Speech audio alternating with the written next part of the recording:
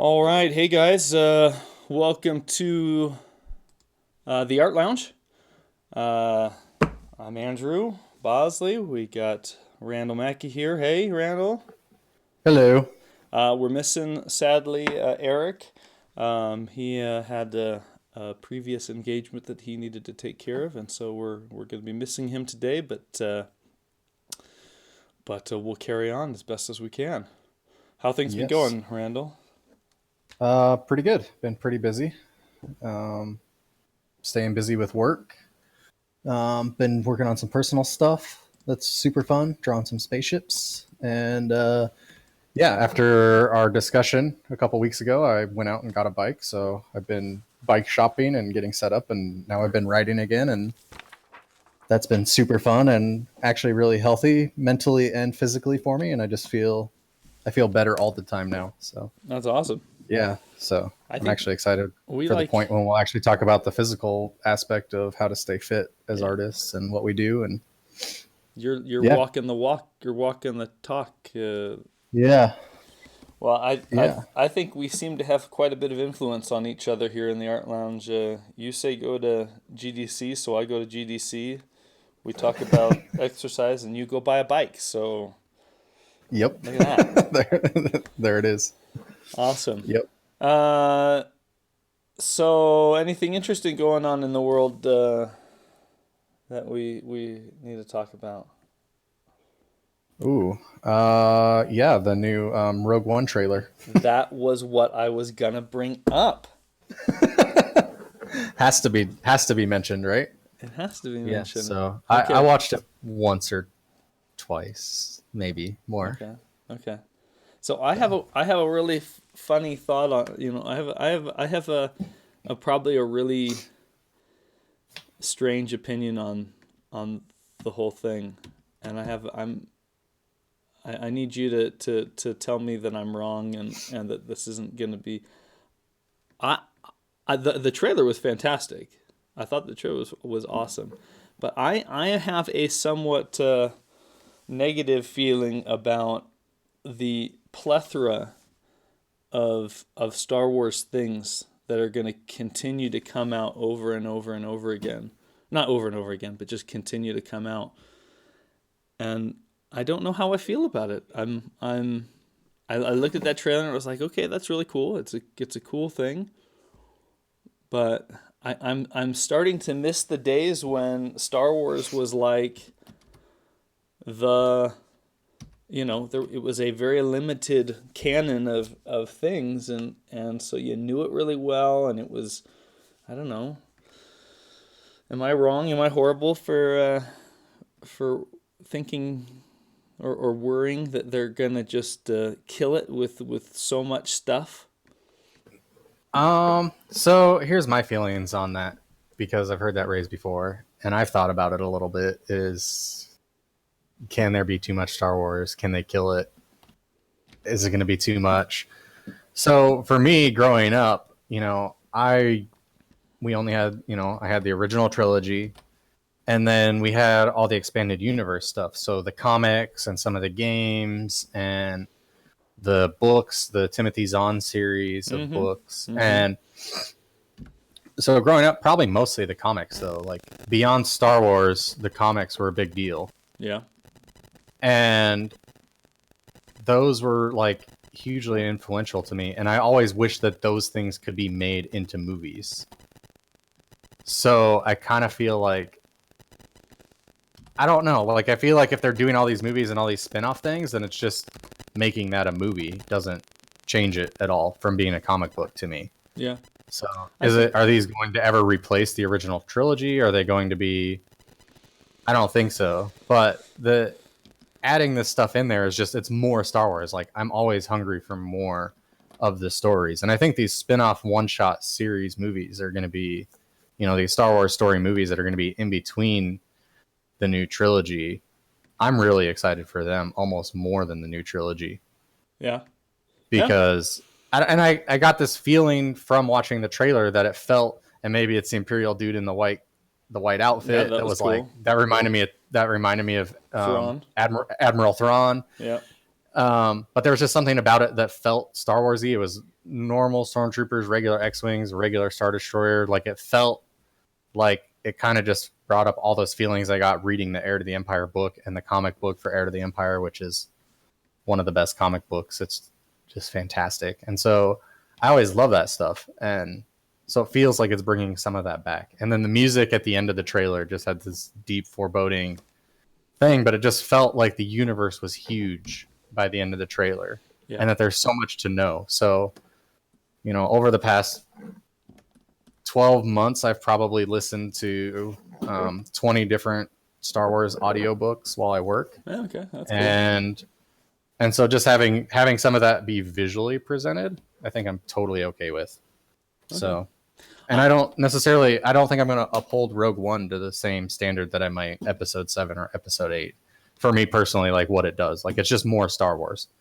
It's funny, and I've always been. I mean, I'm certainly not the most dedicated fan of all the fans. I don't have any Star Wars costumes or anything like that I dress up in, or and I'd probably fail some online quizzes about the minute details of things. But I'm a big fan of the universe, and I love.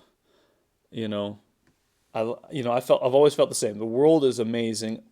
Whenever I see games, that come out and they talk about, the old Republic or all these different things that are just in the past, I go, oh man, this is such a cool world to explore. So maybe I'm being a hypocrite. I might be a little bit, but maybe it's about the movies. I read the Thrawn series. I really enjoyed it. I tried to, I've been encouraging it to my kids. I've read some of the comics, not a lot of the comics. I've read some of the other books. I find myself occasionally, not that often, but whenever I feel like just exploring that, I'll go to the web, the Star Wars universe website. It used to be different back in the day, but it was like the Wikipedia of Star Wars, and just geek a little bit on that stuff. And I always find that really cool, but there's something about the movies that just seem like... I'm just worried that they're just going to be cheapened a little bit. It sounds so horrible. It sounds so, not horrible, but sounds maybe lame. I don't know. But I'm hoping that I'm wrong. I mean, I love, I haven't watched any of Rebels series. Oh yeah. Mm-hmm. And my kids have all watched the Clone Wars, and I've watched a good portion of the Clone Wars series. But I don't know. It's just an interesting thing. It's I feel. I mean, for Clone Wars is fantastic. It's no secret to the world that I think it's pretty much the best thing ever made. I love it so much. And more than Rebels, I love the art style of Clone Wars. The color, and the lighting and everything in Clone Wars is handled like the films, so it feels like Star Wars, even though it's a cartoon. And Rebels is definitely a little bit Disney-fied. It's a little bit brighter and colorful. Okay. But as far as story-wise, it's super Star Wars. It's really, we're watching it as a family, and we're almost done with season 2 right now, which just wrapped up. But yeah, it's super intense, super good. But yeah, I mean, I get what you're saying about the films. I think my big reassuring thing is I think that I have a lot of faith in Kathleen Kennedy as the head of the brand at Lucasfilm, and Lucas handing the reins over to her. I think that she gets Star Wars, and I think that I mean, some people didn't like The Force Awakens, which is a point that can be argued to death for infinity, which it will be online. But I thought it was done exactly right. I thought they did exactly what they needed to do.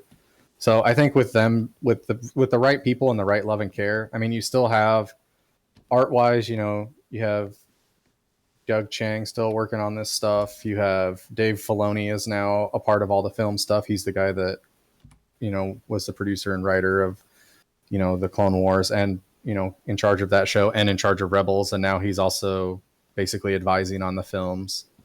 Gotcha. So I don't know. I think I have a lot of faith in all the people that are there doing it.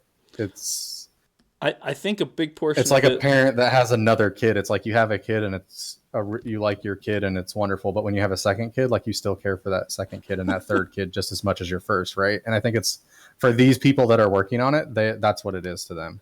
It's Well, you don't love any child less than. no, and that's true. But see, I come from a funny thing, and we won't spend too much time talking about this. This is one of my this is a therapy session for me, but which is a regular thing for any show I'm a part of, or just talking with friends. But I I think a big part of my feelings is I was very disappointed with the Hobbit series.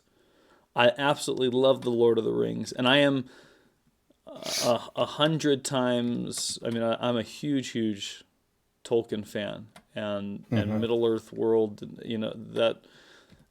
That's something I feel like I'm fairly passionate and love the Star Wars universe. The Tolkien universe is even more so for me. Um, and I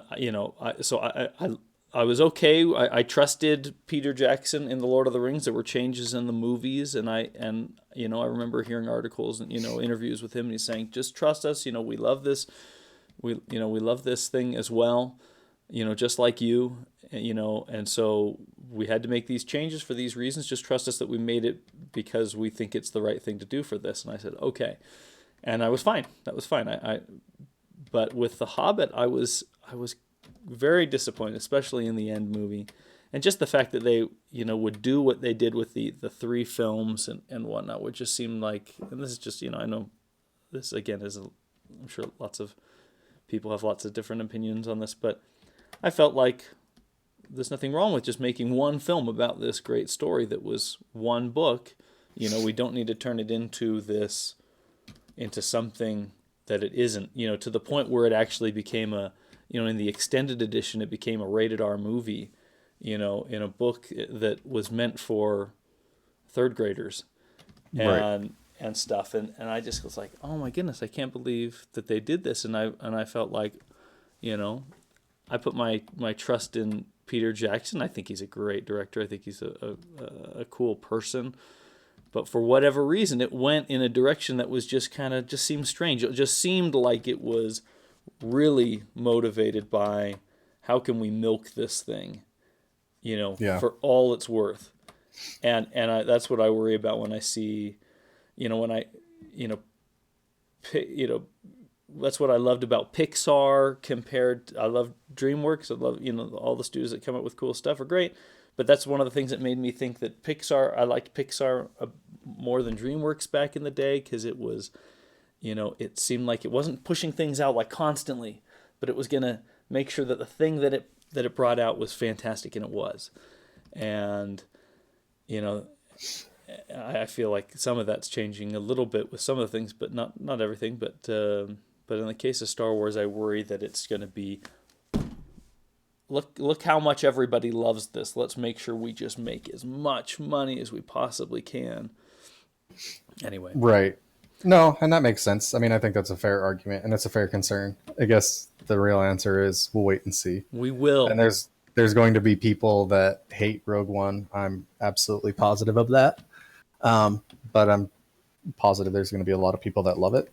And I mean, at the end of the day, you spend $4 billion on an IP, you got to go get your money back and then some to Well, make it worthwhile. you do, but we've seen examples of that in this universe where, I think we've all decided we're just gonna, forget about an earlier trilogy that came out a little bit Hey, ago. we haven't all decided that.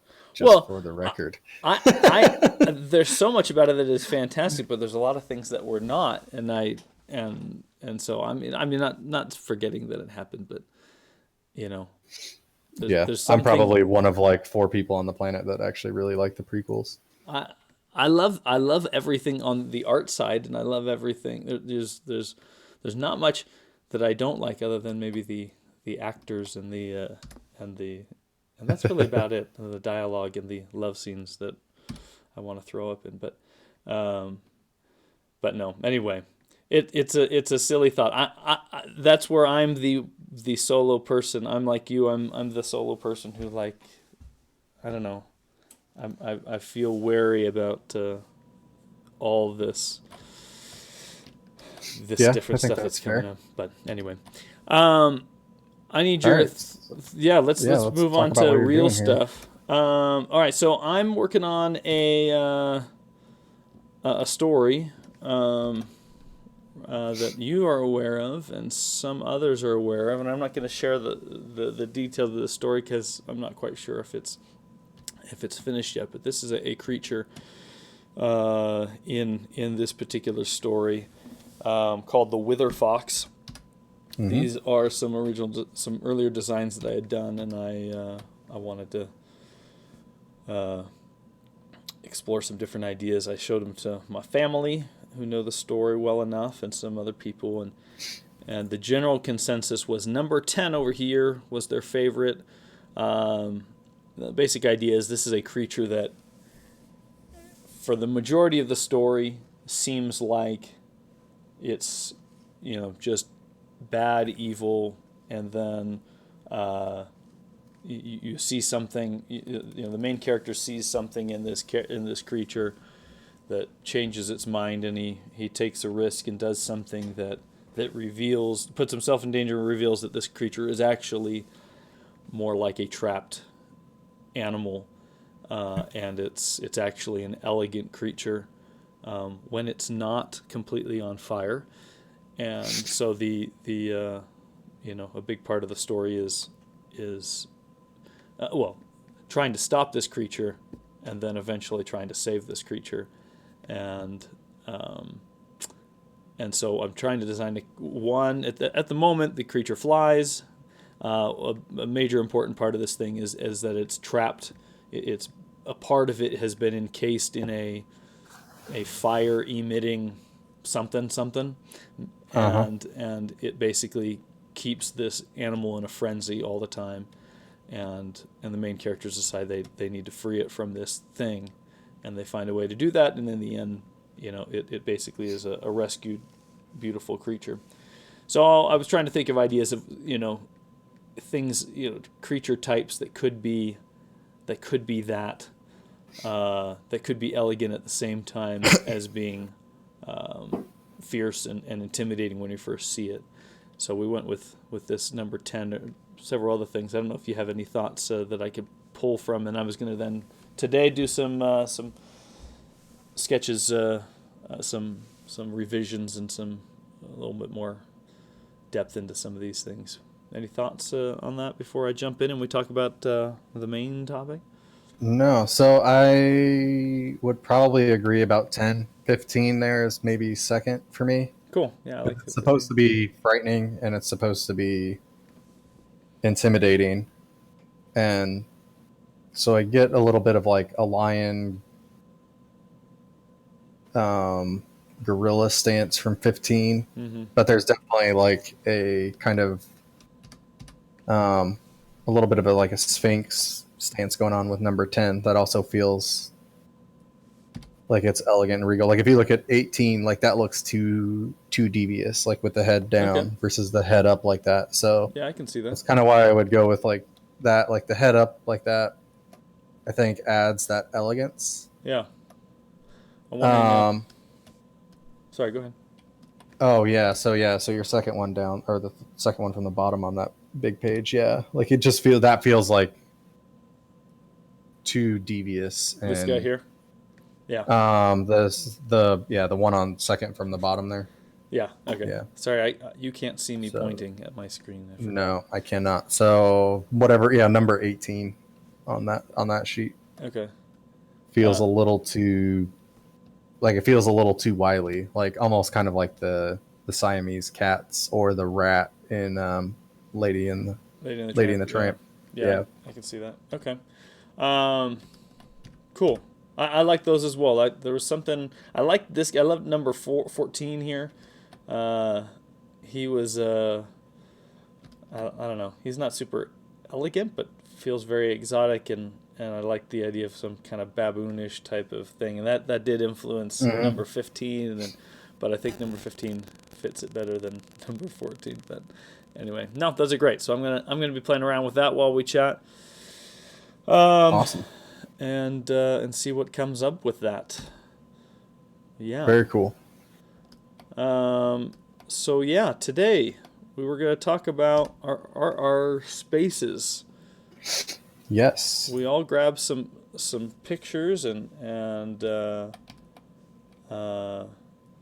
took some pictures of our spaces to share. Even Eric, we got a little bit of his space that we could take a look at and talk about. Why don't we do that? We could do that first, and then we'll just talk about Yeah. kind of what makes our spaces our own and what's important to us. And as a freelancer, we don't get high budget, fancy pants offices, studios, where everything is decorated really awesome and cool, crazy things all over the place. Paid Yeah, for by gotta- our big studios. We have kind of what we can do, and so they're important to us. I think for myself.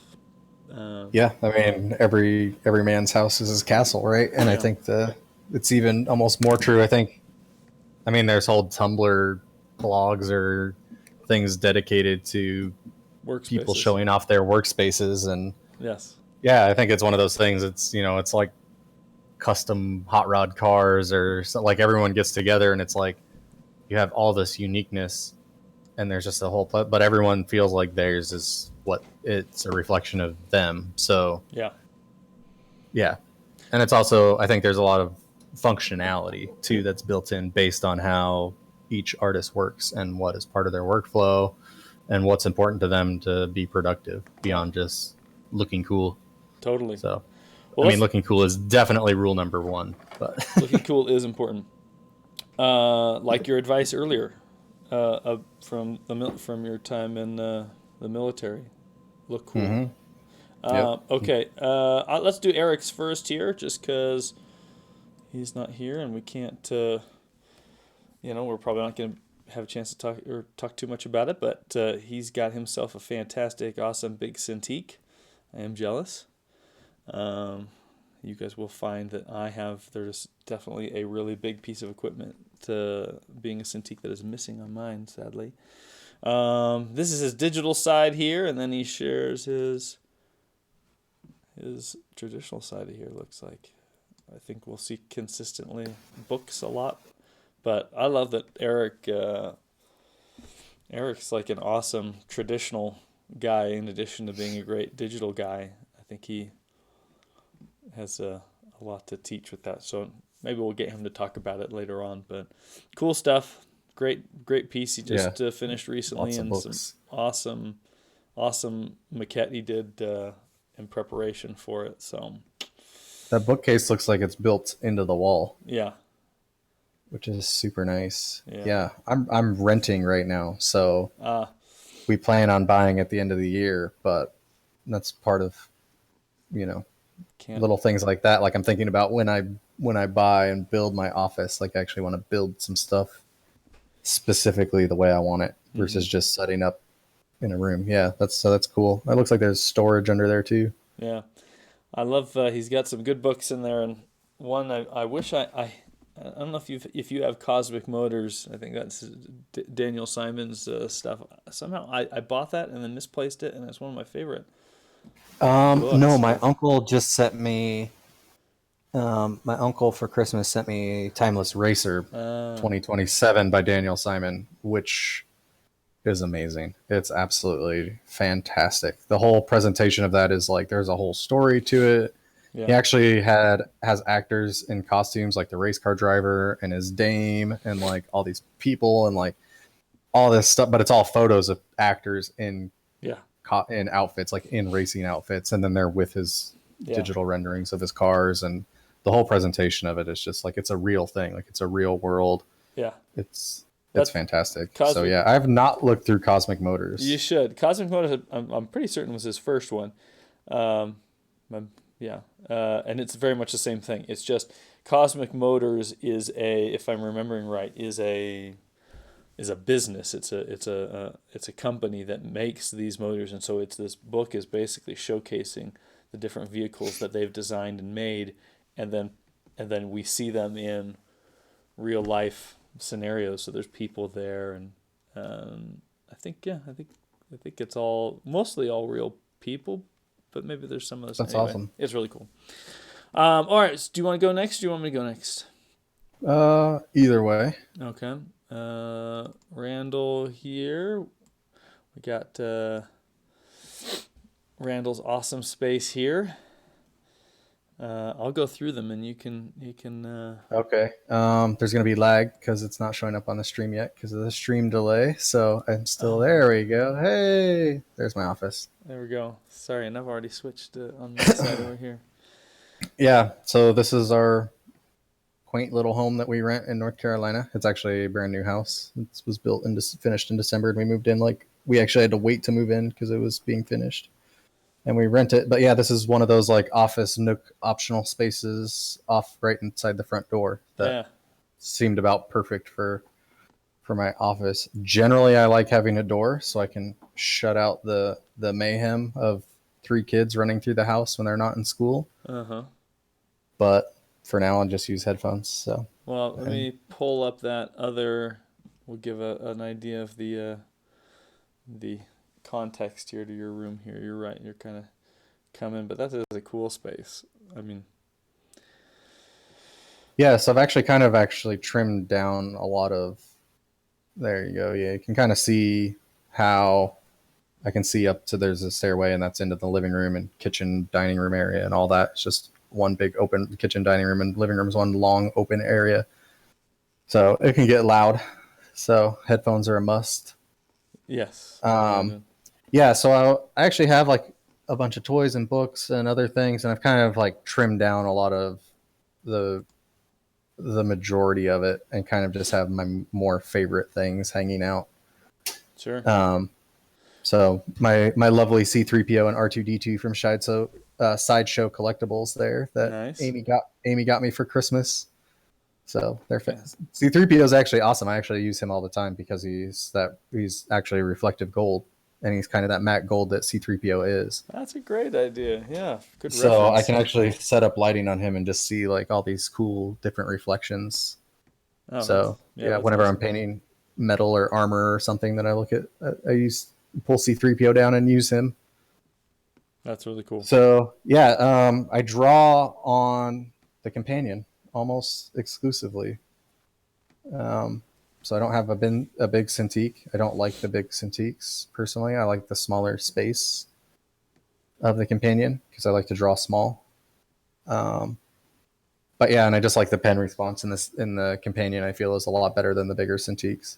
So I actually do almost everything on that, and then you can see I'll put things up underneath of that companion is on the keyboard tray, Mm. and that's actually where I rest my Wacom Intuos. Okay. So I just set the Cintiq on the Intuos, and then when I'm not using it, when I want to use the PC, then I just pull it down and set it on the desk, and then draw on the Intuos when I'm on the big PC. So generally, everything I draw goes through both because I Okay. like double checking on my nicer Dell monitors the colors and what's working and make it bigger and a little more clarity there. So Yeah. I kind of back and forth. That's So, cool. and it really depends on what I'm working on. If I'm doing line work or crisp things, then I definitely want to be on the companion. But a lot of times when I'm just like painting something, then I actually prefer being on the Intuos and the PC. So, Yeah. Huh, that's interesting. Let me jump over to my stuff. Then we'll put them both yeah. down, and then I want to come back to you and just talk about your stuff. And then Mm-hmm. so I'll get back to drawing, and we can chat about that stuff. So let's see. There's Eric. Super-duper-doop. This is my space. This is my desk. Lots of randomness in here. Let's see. I happen to have a separate building and office space, so I'm a little bit more isolated from everybody, but Oh, that can be a pro and a con. Let's see. This is my other side of my office. It also doubles as our workout space. workout zone. Um, and then the man cave where I watch lots of movies and stuff with friends and when I'm working. And then yeah, this is just another view Oh wow. of the thing. Yeah, this is fantastic. Yeah, I like your little man cave zone in there. That's really cool. Thanks. I must say I'm really I'm gonna say I'm really proud of myself because the desk I actually built myself. I designed and built the desk myself, and I've always said if I wasn't an artist, this sounds really funny, but I would love being a master furniture maker because I love woodworking and I That's really love. funny that you say that because we, we have all our furniture and being in the army and moving around. We've moved 7 or 8 times in 10 years, Amy and I. Mm, And when we moved up here, all of our furniture is the furniture that we got when we got married almost mm-hmm. 11 years ago. Oh yeah. And so everything was dying. I mean, things were just falling apart, and 10 years of 7 moves and trucks across the country and 3 kids and all that stuff. And so Amy was like, I want to get some new furniture. We need a new kitchen table, new TV stand.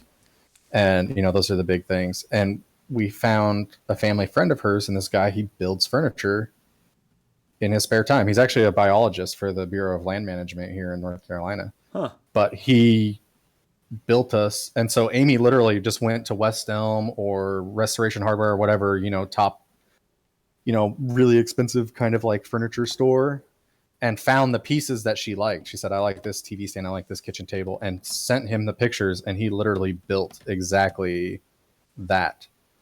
But he did it with like our TV stand is all this rustic wood, but it's actually from an old 150-year-old barn here in North Carolina that was torn down. So he went and reclaimed all the wood. So it has all this character, has all the old sawmill saw marks in the wood and all this cool stuff. But anyway, Wow. yeah. So I was actually thinking exactly the same thing. I was like, this is something I would like to do maybe in my not drawing time. Like I could totally see myself out in the garage building furniture and selling it at a decent price as like a hobby. Sure. So yeah, it's kind of funny that you say that. Well, 'Cause it's fun to. I mean, I love when I make things. I love to make them my. Uh, I don't often. We buy plenty of things that are just off the shelf. We're not independently wealthy, but I like to design things myself if I can, and so just the idea of being able to build something um, and just I know how I want it to work, and then make it that way is something I really enjoy doing, and so that was a fun project. Well, I think I can kind of segue into some of, we wanted to talk about some of what we use and why, and that kind of segues. I mean, you building your own desk, that segues a little bit into that because Yeah. I've always had a very hard time finding a desk that's right for me. Mm-hmm. Because of the way that I guess when I started drawing digitally, the desk that I had, I set up for that. And so now it's hard for me to draw any other way.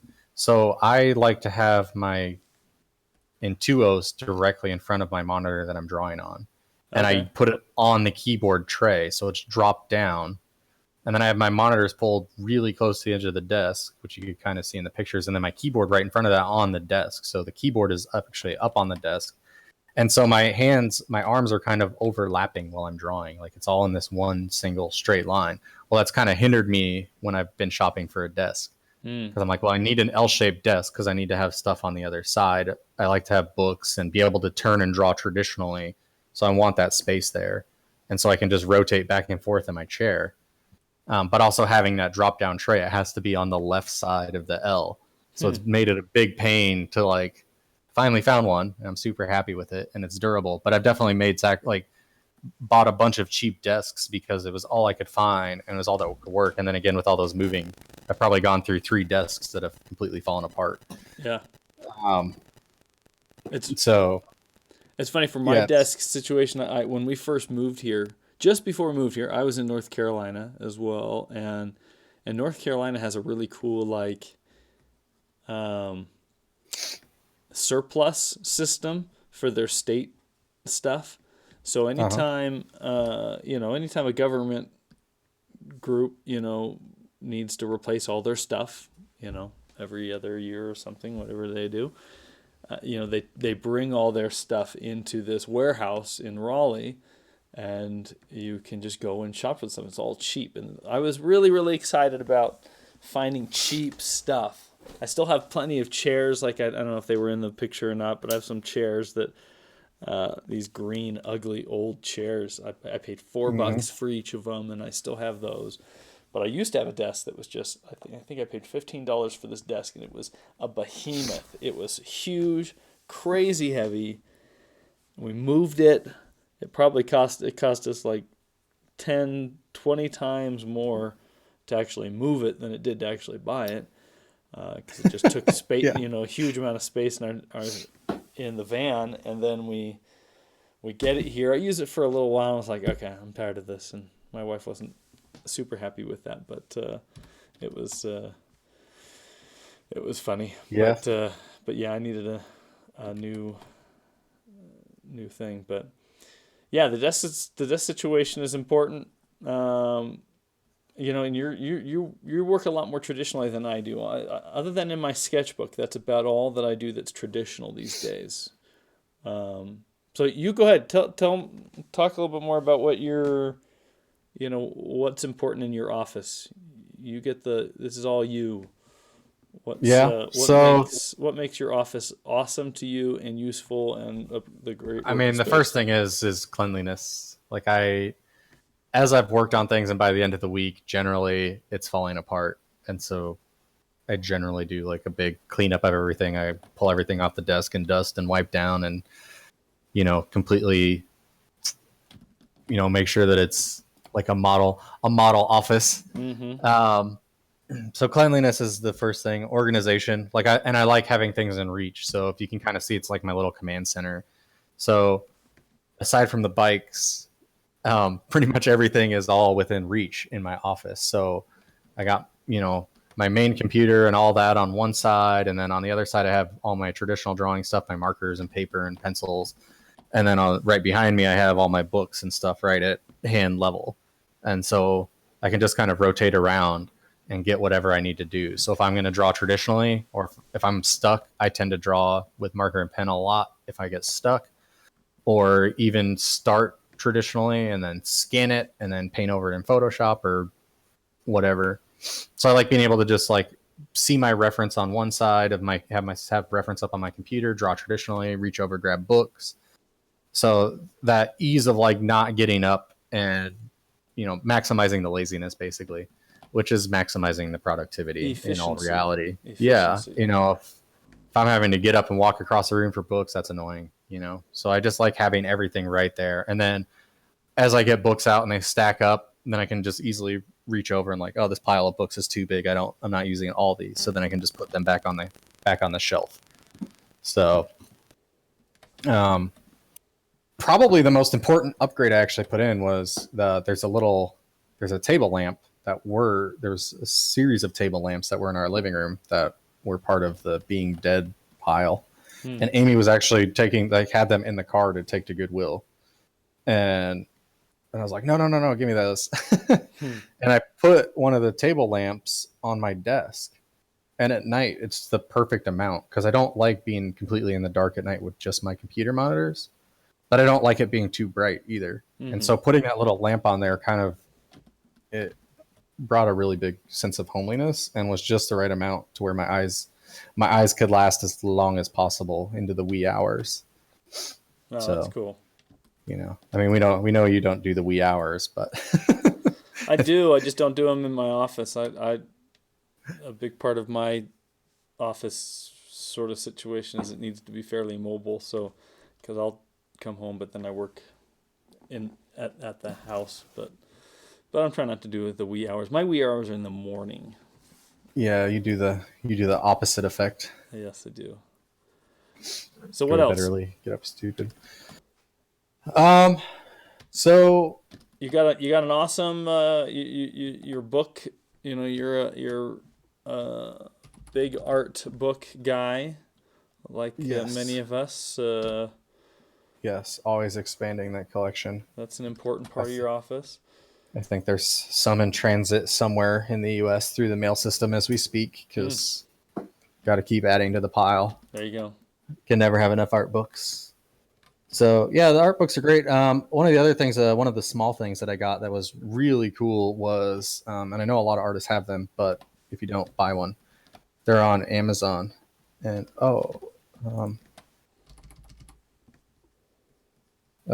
we might have a problem with the stream. Uh-oh. Hold on. Yeah, we're getting rotating circles. Rotating circles. Like it's a loading. I'm wondering if it's my end.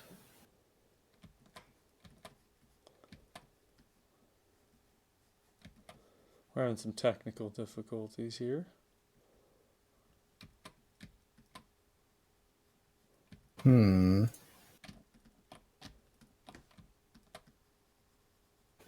Yes, the stream did die. Okay.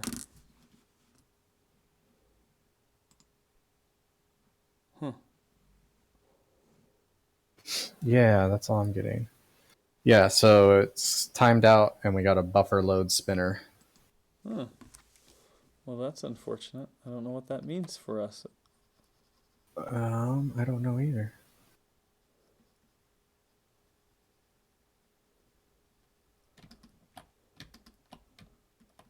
Yeah, people are thinking it was just them, but it's not. I would maybe reset your stream thing, like restart it, or like stop the stream and stream again. Okay. It's connecting. I'll just keep painting until I see that it's... Yeah, it's having troubles.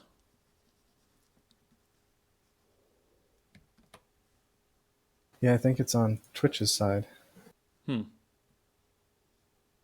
Maybe. Okay. Well, that's a problem. Well, we'll just keep going. We'll figure the stream side out later. Yeah.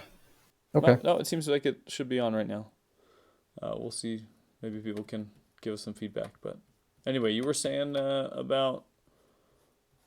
Yeah. I don't know what I was talking about. Trying to. You play it cool while you see all the chaos that's happening on that side, and I'll try to play it cool, and we'll keep rolling. There you go. Yeah. So what were we talking about? Let's see. Your books. Always getting more and more books. No, yeah. So one of the things I got that was really critical was on Amazon they have the little wood book stands. Oh, okay. Like that stand up, that you can, and it has the little page holders so you can flip a book open and put it on there, and then put the little spring loaded page holders down so it keeps your book open to whatever page you want it on, and then it keeps it up at an angle so you can look at it. Huh. And yeah, it's like a little mini book pulpit thing. I think they're like $40 on Amazon or something. But that thing is actually super awesome, and I've actually found a way to hack it, and I use it to draw traditionally on basically where my companion would go. I just set it down there, and I put my stack of paper on there, and I'll draw directly on that. Huh. So that way it's like pretty much the same angle as my companion. So yeah, that thing has been huge difference. Okay, I think our stream is back online. Okay. Yes. Apologize, everybody. Yeah, sorry about that. I don't know if that was our end. I kind of feel like that was maybe it's still a spinning wheel. Yeah. Oh, dang. Well. Okay. Yeah. Okay. We'll keep rolling. We'll keep rolling for the sake of the YouTubes. So you had that standing desk. They're standing. Yeah, a little book stand thing. Yeah, it's just great for being able to pull out reference and like set it up where I can see it in addition to whatever reference I'm going to have up on my monitor at the time. Yeah. Go ahead. Oh yeah, so I'm really kind of minimalist. I mean, my office kind of doesn't necessarily look that, but it's not overly crazy. You know, it's really just a couple toys on the shelf, all my books, and then traditional drawing stuff, and then my computer and where I'm actually going to be working. Yeah, I do work a lot traditionally, a lot, and I got a lot of markers. And actually, one of my storage solutions for them was I wasn't sure how I was going to store all my Prisma markers that was easy to access them and quick. So I was actually thinking, oh, like some mugs would be great. Like I could stack them vertically in mugs. Yeah. And we went to the Disney store and they had all the art of Pixar, the concept art of Pixar mugs. And it's a set. So they have like all the Buzz Lightyear concept art, Mike from Monsters, and then Wally and Eva. And they work perfectly because each one is color toned. So they're gray, green, yellow, and blue. And so they can just like put them in there according to color, and it looks really cool. But then I can just grab a mug of those markers when I'm using them and kind of pull them to wherever I'm working, and then in and out really easy, and they look really cool. They do look really cool. That was something when you sent your pictures over, I was like, man, that's really cool. I've always been a huge William Joyce fan, and for anybody who doesn't know who that is, I hope everybody knows who that is. But anyway, who doesn't, look him up. But huge fan of his career and everything he's done. When I was a kid, I picked up a book of his. It was like he called it the William Joyce scrapbook, I believe. And there was one image. It's basically just he talks about his life in illustration and whatnot. But like on the last page was a picture of his studio office, and one of the things that he had in there was just very much like what you have. But I think he had like big jars of, I don't know. In my imagination, I'm thinking there's like 100 sharpened colored pencils pointing up out of this jar, and I'm like, that's the coolest thing ever. Just ready to go. Yeah, and I don't. Yeah.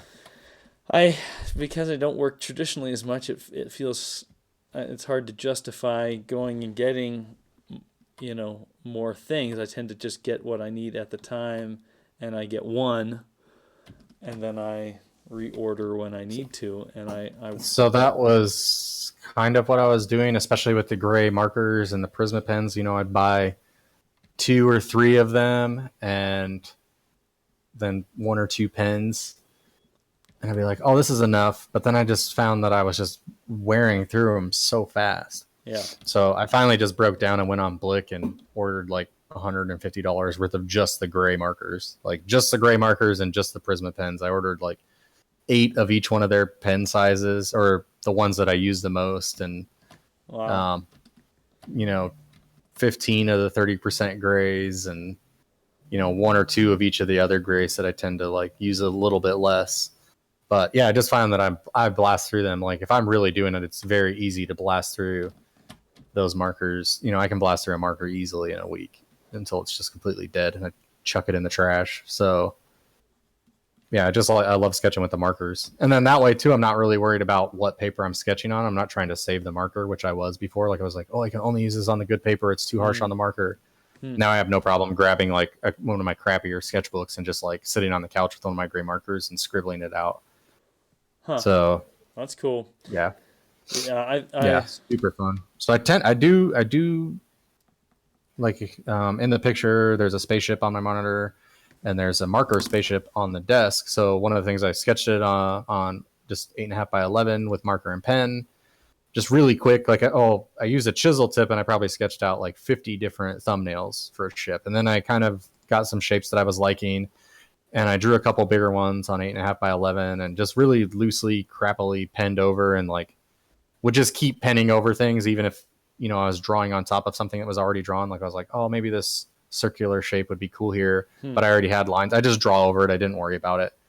And then from there, I went to an 11 by 17 big sheet of paper and busted out the ruler and, lined everything out. And then I markered in this whole ship on 11 by 17. And then I scanned that and imported that into Photoshop. That's cool. So then clean line over that and then basically paint up the concept. So when I'm working for myself and doing that sort of stuff, like especially the technical design stuff, that's really how I work. almost all traditionally until I'm ready to like do the final. Then I will put it into Photoshop and do the final. That way, I always get nervous when it comes to line it. I have no problem doing it, but it allows me to also, if I'm not 100% solid, to make changes on things in Photoshop. I can try Yeah. different lines out and adding things and removing things a little bit, but it still kind of has that same feel at the end. It has a little bit more of a traditional feel to the drawing at the end. Yeah. No, I think that's great. I mean, I like. There's a lot of people that I've seen that that are creative with their use of traditional and digital in their process, and so it's. I don't do that, and I would love to. I like seeing artists who do like yourself. Well, you're about to get the Art Lounge curse where this week you're gonna go order. That's And right. in a couple weeks, you're going to be like, oh, yeah, I've been drawing with marker and pen for the last 2 weeks. It's fantastic. I spent $700 on 1,000 markers, and I've got them in a barrel in my office now, and all pointed up to look really cool. And they're sitting on my desk now. I wish I could say that would. That's probably one that probably won't happen. Of course, I did spend an insane amount of money on GDC, and we'll see what the result of that is. But Yep. yeah. What was I gonna say? Oh yeah, go ahead. Oh yeah. Well, I want to hear about like your setup and like with your man cave space and the couch stuff. Like, well, seriously, because that's one of the things. I've started building a Pinterest board of office ideas, and Oh yeah. I've actually sketched a couple little office things. I'm actually going to do like a big full concept I've done that. of what I want my actual office to be like in the end, because I have these ideas of like, oh, I want some counter space and some cupboards. Like I actually want kitchen countertop and cupboard space in my office. I want my desk set up the way I want, but I would like a big TV and a couch in there so I can like watch stuff or look at and play games or do research, like real research. Yeah. And I kind of see that couch space that you have, and it's like, man, that's a perfect like brainstorming zone, aka nap zone. But I do nap there. Same difference. No, it's a fun space. We are very fortunate. When I left North Carolina, when I decided to go freelance, right at that exact same time, my in-laws, they had a space here in Arizona, the house that we're in right now, that they were planning to sell, and they were like, well, would you guys be interested in this? And we hadn't ever seen it, but we knew that there was a separate studio space in a separate building on the property that would be perfect for an office. And it used to be a garage, and so it's been through quite a bit of changing over the years, but before we got here, but it's been the perfect setup for me. So that was actually one of the main motivations for actually, not for going freelance, but for coming out to Arizona. We had always wanted to be nearby family, but this space was really an ideal space. And I'm the same thing. I have dreamed about, well, really probably ever since that William Joyce book. I mean, for some people know, and it'll probably come up plenty of times on the show here, but I'm a huge William Joyce fan, and have been since I was a teenager, and this book was pretty influential. So when I saw his stuff, I've ever since then I've dreamed about, okay, what is my space going to be like? And we can I would love, I don't know, I think we have it as scheduled for one of our things to actually talk about when we're independently wealthy, what is our dream studio going to be? And I'm excited for that because I have lots of really crazy ideas for my future studio. Yes.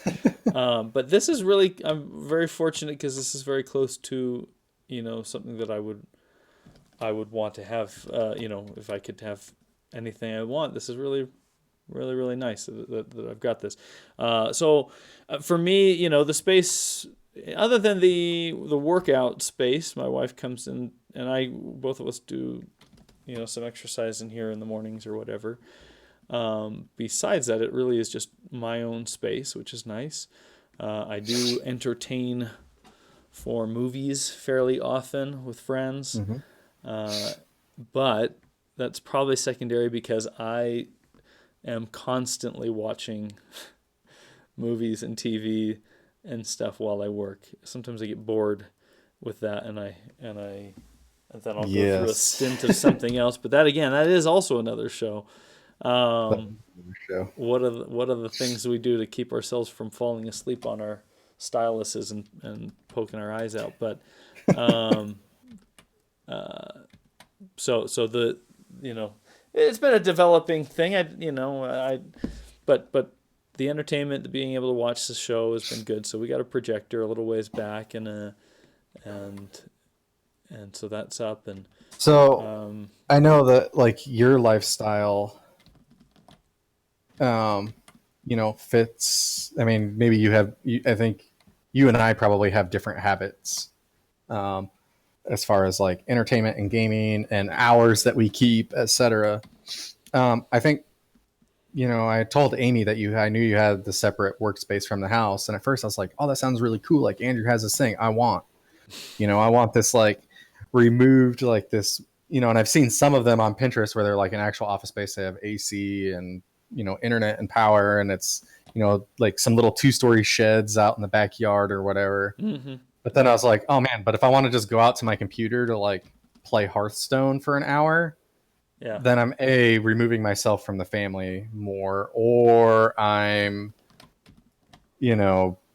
I have to walk through the rain. yeah. Um, all these things. Like, how does that work with your space? So for me, I when I'm done for the day, I don't come back to the studio. I finish work at 5, and I don't really come back to the studio. I mean, I'm close enough that I can get anything. If I needed something, I can come get it, of course. But um, my laptop is all. I mean, I'm working on a desktop. That's a relatively new thing too. Uh, but when I'm done here, I'm off the desktop. I go to my laptop. I've got another smaller Intuos now in my house, and so I'll just bring my stylus. I bring my external hard drive that has my stuff, and then I go work in there. So I don't. My normal pattern is It sounds pretty horrific, but it works for me. Is I come home, I'm hanging out with the kids. That's not the horrific part, or with my wife, but I'm not doing any work until about 8. And then around 8, I usually get back into doing some work. And then it's just Marin, my wife, and I just hanging out on the couch. She's doing work, I'm doing work, but we're usually watching a show or something together. And I'm on my laptop. And then I get up in the morning. I go to bed around 10. I get up usually in between 4 and 5, and I come out to the studio and I work. Um, but I don't play a lot of video games. I, Mm-hmm. I'm in the industry, but I don't play. I have a PS3 in my office, and so occasionally, if I just need a break and I need to unwind, I'll pull out Destiny or some other game and play. But it's not a typical thing. I probably play games on the console at least maybe once a month, maybe, or maybe I don't know, every other week or something like that. It's really not that Hmm. often. It's like at lunch for half an hour or something. Um, so the video games is not a big part of it. I'm trying to think of. No, I mean it's important for my family that there is some separation. There's a fair amount of separation between work and here for my wife's sanity. Mm-hmm. She is a stay-at-home mom and loves it, but we have 5 insane kids, and so uh, making sure that everybody's taken care of and stuff is difficult. And so when I come home, I need to be able to stay home for a good while until kids are in bed. And so my workspace doesn't have to, reflects Yeah. that. I don't take it home with me that much. So, but Well, that makes sense. it's nice to have a separate space for for the kind of the isolation, the good isolation. My wife prefers it this way. If I were working in a studio, she would never expect for me to be available to come in and do something, and I need to keep some sort of consistent schedule and whatnot, and so having a separate space, she doesn't ever feel like other than if she's going to the store and she needs me to watch our youngest, most of the time I'm just in here by myself doing what I'm doing, and I'm not needed or used for things that are not necessary or whatever. Whereas she's pretty certain that if I were in the house, she'd be having me do a lot more stuff, and she would prefer that wasn't the case, so I can work and make money and provide for the family. But yeah, we got a fairly unique situation with our family life, or not unique, but busy and full. So yeah, my office reflects some of that. Nice. So, in fact, it's a funny thing. There are times when it gets extra crazy at our house, and I actually recently, I can't. Well, no, I can maybe show it. Let me see if it'll show up here. Yeah, I built a loft. There it is. It's got like an exercise ball on it right now, but I actually built a loft for one of my sons who has a little bit more difficult times being around other kids or his siblings or whatever. He sometimes is not happiest. So I made a little space for him to kind of just come out and hang out, and he can just relax, read books or whatever, and in a kind of a cool Nice. spot. Uh-huh. But that again reflects, my workspace is influenced by my home space for sure.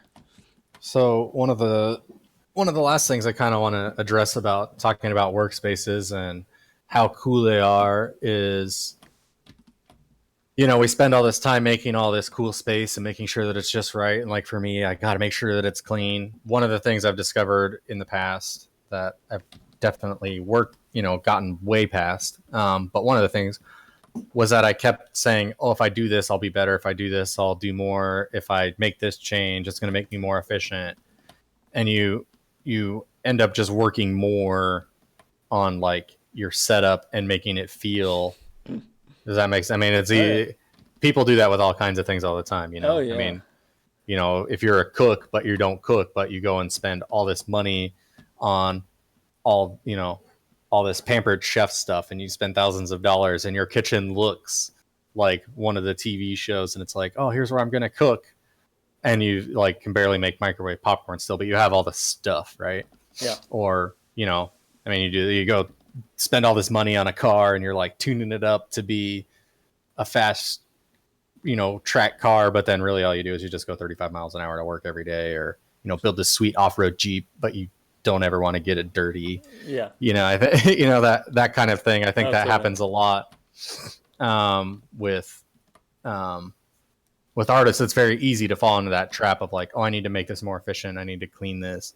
And that's why I've said like cleanliness is important to me. I've actually really worked and trained myself to get past that a little bit. So if I got some coffee cups stacking up and I got a pile of art books and markers and pens are everywhere, then I've really trained myself to just be efficient and just keep working and just move things out of the way as I need and work in the space. And I've kind of learned to embrace that mayhem and then just kind of come and reset everything again, like on Friday, which I did this morning before I took the pictures to send you. And that's pretty typical every Friday morning as I come in and I, take everything off. I dust, I wipe everything down and make it clean and make myself all happy again and kind of ready for the next week. But I think one of the things that's important is having all the art books and all the fancy computer setups and everything else is not important. Like it's important and it's helpful, but it's just to be a concept artist, all you need is a ballpoint pen and a stack of copy paper. Like you can start working on doing concept art with just that. Like if you can start drawing, And then a and so, scanner. and then a scanner. So if you start, if you, but I mean, really, you can start designing things Yeah, and start absolutely. drawing with just that. Oh You yeah. don't need to, you know, as we do the work and we do the job, we find ourselves spending more money on more things. And these things are just quality of life improvements or how we work, and they things that we figured out. But it's not, I don't know. Having Yeah. this awesome art setup doesn't make you No, a great artist. absolutely not. No. I mean, both of us are fortunate that we can have a space to ourselves. But before moving here, I didn't have a space at all. One, for most of my life and my working career, but eventually, just before leaving North Carolina, I had my wife gave me half of our walk-in closet, and we both moved our stuff, over to one side, and hanging clothes and stuff. And then I had I don't know, 4 foot wide by, well, yeah, about like a 4 by 4 space, 4 foot by 4 foot space that I put a little built-in desk in. I built, and that was it. And it was the most claustrophobic, crazy thing in the world, and it wasn't ideal, but I worked in that on freelance projects at night Yep. for a good while. And then, of course, before that, I had nothing. I sat at the couch or I sat at the kitchen table, and there's absolutely nothing wrong with any of that at all.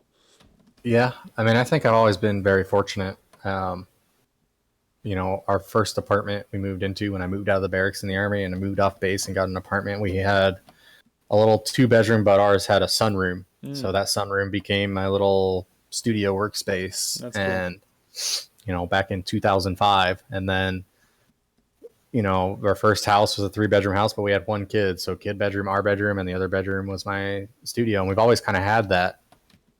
And That's I've awesome. been very, very fortunate to have that space. So, and it's kind of, it's a mandatory, Sure. thing. But even when I was in Georgia, probably, I mean, it was still a cool space, but probably the most awkward setup is we had a separate dining room, like a more formal dining room off the kitchen area in our house down in Georgia. And that became my office. So I had to pull up the chandelier and zip tie it up because I kept bonking my head on it. That's awesome. So I got a ladder and pulled it all the way to the ceiling and zip tied it all the way up at the top, because it was a rental, so I couldn't do anything. So just zip tied it up and unzip tied it when we left and dropped it back down. But I kept, for the first couple of weeks, I just kept getting up out of my chair and turning around and bashing my head on the chandelier. So, Yeah. but yeah, I mean, Make it's do with definitely what a you got. helpful thing. But yeah, I mean, Well, if you have a computer nook and all you need, like you and I work on our Intuoses more than anything. You don't necessarily need the big Cintiq. You don't need all this craziness. Just a computer that can handle Photoshop decently, and yeah. a tablet and one monitor. 2 monitors is ideal. 3 is better. I would love to have 3 monitors. I'll be honest, I wouldn't mind getting a Cintiq someday, but I mean, I would love to. And it's been on my wish list for a billion years. I actually had one and had it in my office for a day.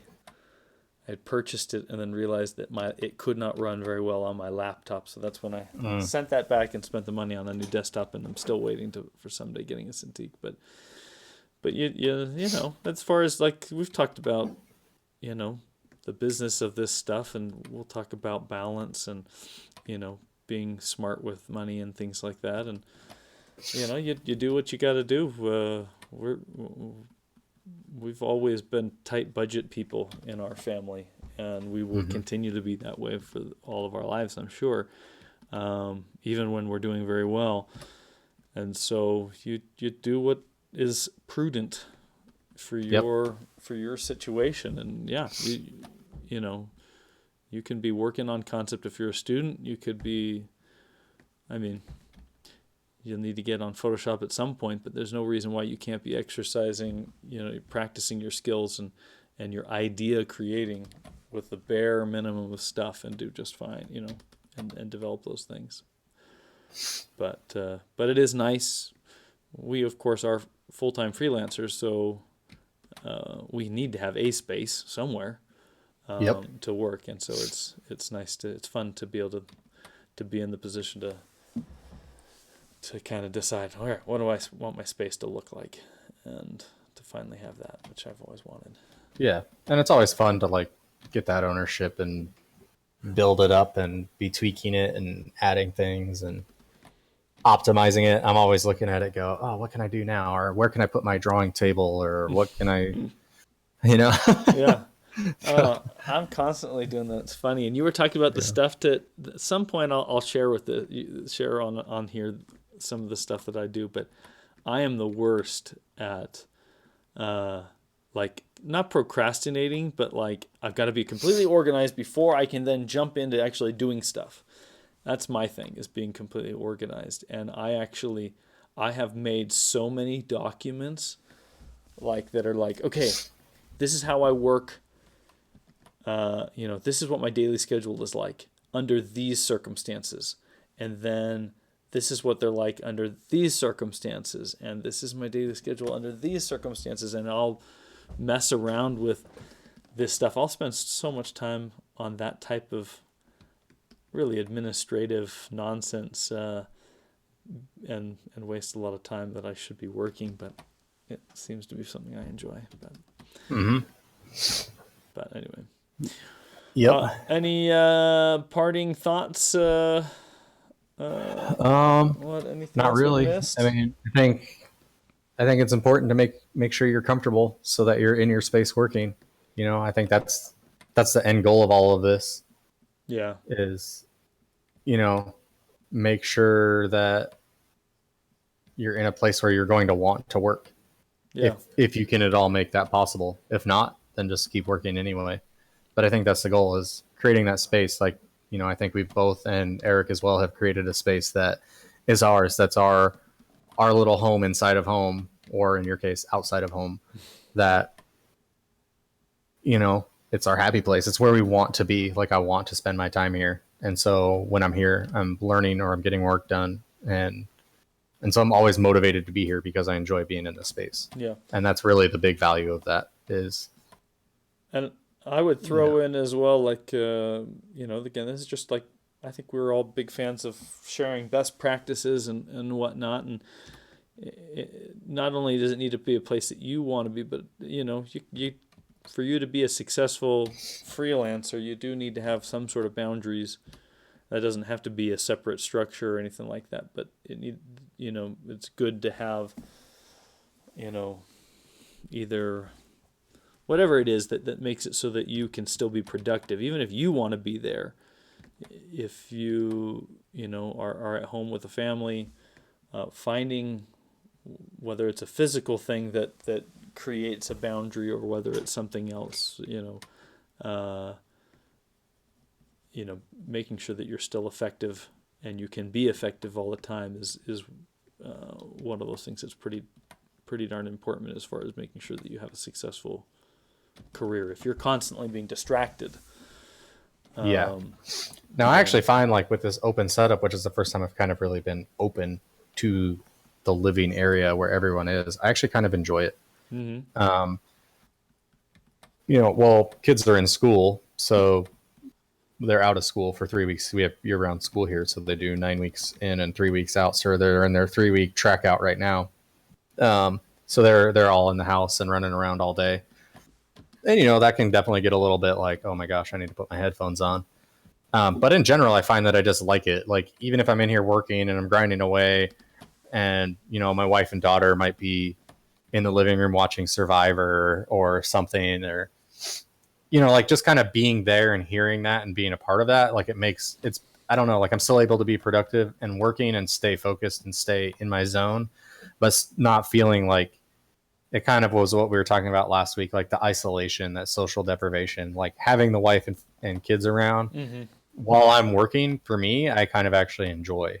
No, no. Um, I think that's fantastic, and that's I guess what I mean is it doesn't have to be for you guys. You probably have some sort of your kids know, your wife knows that that you're needing to get work done, and so there's, it's not a physical boundary, but there's something that says, you know, you are working, and so I need to be working, and there is an understanding there that makes that possible. If there Yes, isn't, I don't get tasked for honeydews or anything like that while I'm in here. Unless there's maybe, Dad, there's a spider up here. Okay, that's probably my job. Um, Amy will get home with groceries or whatever, and I'll help her unload the car or sure, something. sure, But that's a good 5 minute break. But yeah, really, I don't get tasked to help with anything or help with the kids or any of that stuff. Like it's an understanding that if I'm in here working and I'm in the zone, I'm in here working and I'm in the zone, and that, you yeah, know, any breaking away from that is basically my prerogative in general. yeah, So, and but yeah, it's nice. We have a chair in the living room, and Amy will occasionally, she works too, but she does a lot of her work from home as a counselor, and she does a lot of video therapy sessions. So she'll go up to our bedroom and have her video therapy sessions. But a lot of times she's working on paperwork or clients' files and stuff. And so we'll bring the chair from the single chair from the living room into my office in the corner, and she'll bring her laptop in here and we can hang out. Like she'll work and I'm working, and we're both working while the kids are at school. But then we can kind of hang out and be around and chat. So totally, it's nice. yeah. That's So really yeah, it's taken a lot of time, and I think a lot of like trial and error to figure out where, between me and my wife, like where the lines are, and I think we're at a really comfortable spot right now. So that's awesome. yeah. Sweet. Well, So cool. I didn't get a whole lot finished here on this guy, but I think I Yeah, got it's looking cool. some interesting stuff I'll keep pursuing. And anyway, well, awesome. Yeah. Well, guys, if you have any thoughts or anything, leave comments. Thanks for everybody who came and joined us live, and anybody that's watching this via YouTube. We're glad you are watching. If you have any thoughts or Yeah. stuff, Sorry about the all the technical things. It seems like Twitch was on and off the whole stream here for the last little 20 minutes or so. yeah, So we I kind of lost everyone, and everyone came back, and then yeah, yeah, we've got a lot of buffering spinning wheel going on. So I don't think it was our end. okay. Um, Well, but we'll look into it, but yeah, I might for the YouTube might actually just edit out all of the yeah, the I'm not sure what's going on period of time, so they wouldn't even know. Maybe we'll see. they won't even know. Um, Awesome. but yeah, get in contact with us if you have questions or thoughts or even ideas for stuff you guys would like to see us talk about in the future. Reach out to us on Facebook or wherever, and glad to have you guys. Yep. Awesome, All right. Randall. We'll catch up with you in a little bit. Yep. Sounds good. All right, see y'all. All right. See y'all.